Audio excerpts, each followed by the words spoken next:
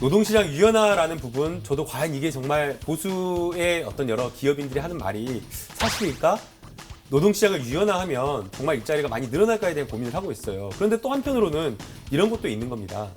지금도 우리 노동자들이 취업이나 취업난이나 여러 가지 비정규직으로 고용이 되어가지고 여러 가지 삶의 불안에 시달리고 있고, 또 무기계약직으로나 아니면 비정규직으로 근무를 하면서 굉장히 열악한 노동 환경에서 차별받으면서 근무를 하고 있는데, 노동시장을 그냥 단순하게 유연화했을 때 우리 사회의 어떤 보장 정책이 따라오지 않는 상황에서 노동시장만 유연화했을 때 과연 그게 노동자를 위하는 것인지, 그게 노동자를 위하는 거다라고 주장을 하면서 실제로는 그게 노동자를 위한 것이 아니라 그야말로 경영자와 기업인, 기득권, 돈 많은 사람들만을 위한 것은 아닌지, 그러니까 그런 부분에 대한 좀 고민이 제가 직군에서 필요한 예시를 것 같아요. 드는 게 의외로 각 기업들의 그 인력 구성이라든가 간단해요. 예를 들어 버스 회사가 보면 정비하는 분이 있었겠고요. 옛날에는 안내양이랑 운전하는 분이 있었겠죠. 근데 안내양이 사라지고 나면 이분들은 어떻게 전환 근무를 해야 되는 겁니까? 버스 회사에서.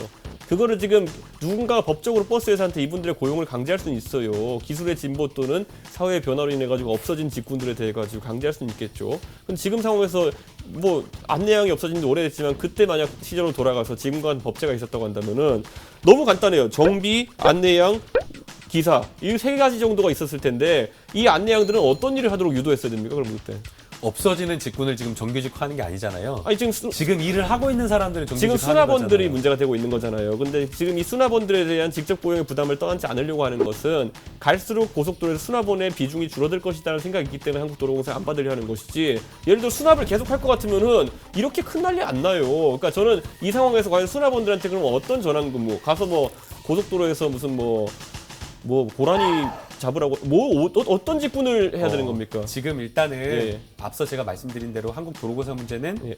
법원의 판결을 이행하는 것과 법을 지키는 문제고요. 지금 당장 그 사람들의 일자리가 사라진 건가요? 그건 아니잖아요. 물론 이준석 최고위원님 말씀대로 저는요, 그 거기서- 사람들이 예. 일하는 교통수납원들이 일하는 그런 어떤 자리가 자동화를 통해서 향후 뭐 5년, 10년 내에는 많이 줄어들 거라고 보여요. 그러면 그것은 해당 한국도로공사에서 경영의 어떤 구조화라든가 인력 구조화를 통해 가지고 명예퇴직이라든가 이러한 것들을 통해서 해결해야 될 문제이지, 당장 법이 있고 법원 판결이 있는데 이것을 무시하고 나는 채용할 수 없다 이렇게 해서는 안 된다라는 거예요. 그러니까